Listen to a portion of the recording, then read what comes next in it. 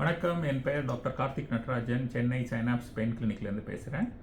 Cough muscle கெண்டக்காலில் வலி இருந்துச்சுன்னா என்ன காரணங்கள் அப்படிங்கிறத பற்றி பார்ப்போம். ஸோ ஃபர்ஸ்ட் திங், கெண்டக்கால் வலிக்கு டீஹைட்ரேஷன், அதாவது தண்ணி ஒழுங்காக குடிக்கலை அப்படின்னா கிராம்ப்ஸ் அப்படின்னு சொல்கிறோம். ஸோ நடுராத்திரில் எழுந்து திடீர்னு கத்துவாங்க பேஷண்ட்டு.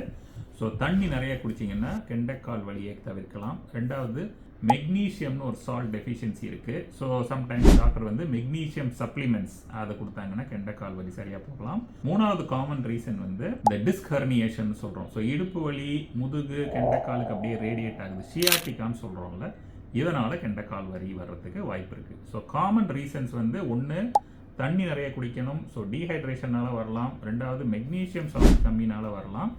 மூணாவது, டிஸ்க் ஹெர்னியேஷன்னால இடுப்புல இருந்து காலுக்கு வலி ரேடியேட் ஆகலாம்.